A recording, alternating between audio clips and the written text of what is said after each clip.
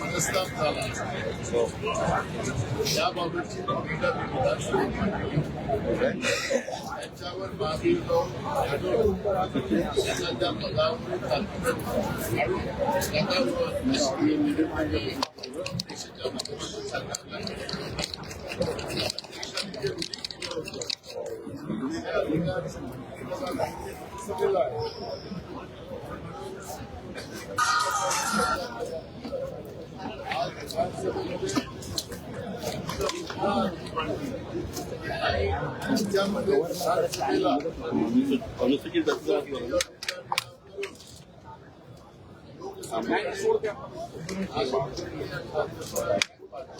देशाच्या जेव्हा निवडणूक प्रक्रियामध्ये ज्या पद्धतीमध्ये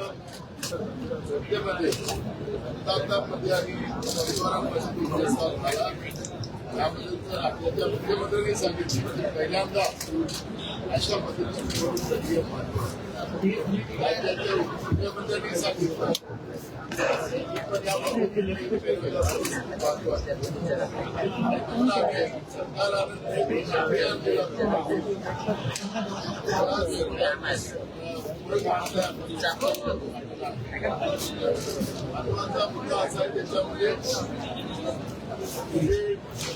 संजय शिरसाट उद्धव ठाकरेवर बोलले आहेत, तो वेगळा चंक काढतील आणि जे लाईव्ह लाईन दिली आहे ना तो रेकॉर्डेड करावा लागला कारण की जमलं नाही ते लाईव्ह.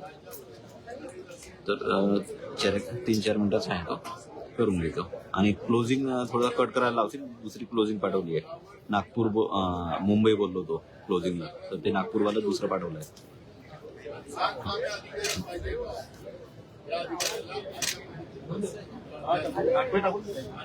त्याच्यामध्ये पाहिलं असेल की राज्याचे ॲडव्होकेट जनरल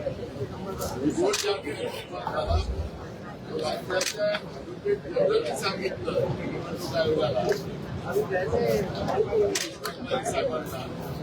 की 50% वर आरक्षण गेलं तरी काही नाही आणि त्या माध्यमातून या पद्धतीचा गुण या महाराष्ट्रात झाला.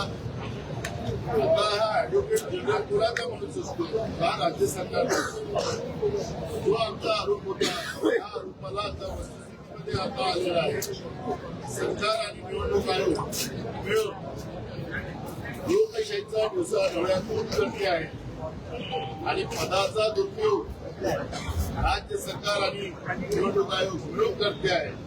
अशा पद्धतीचं चित्र झालेलं आहे. हा विषय आम्ही लोकांमध्ये मांडू. निवडणूक आयोगाच्या सहाय्याने निवडणुका कशा जिंकता येतात हे आपण विधानसभा आणि लोकसभेच्या निवडणुकीत पाहिलेलं आहे. लोकसभेमध्ये हा विषय चाललेला आहे, पण आता स्थानिक स्वराज्य संस्थांमध्ये सुद्धा राज्य सरकार या निवडणुका जिंकण्यासाठी या पद्धतीचं काम करत असते. दुसऱ्या डोळ्यात खूप करत असतील लोकशाहीचा हे कदापि काँग्रेस पक्ष सरकारला रस्त्यावरची लढाई विधानसभेतून आता रस्त्यावरची लढाई लढण्याची काँग्रेस पक्षाला. नाना, तुम्ही शेतकऱ्यांच्या प्रश्नांसाठी या माझा राजकीय प्रश्न आहे, तुम्ही याच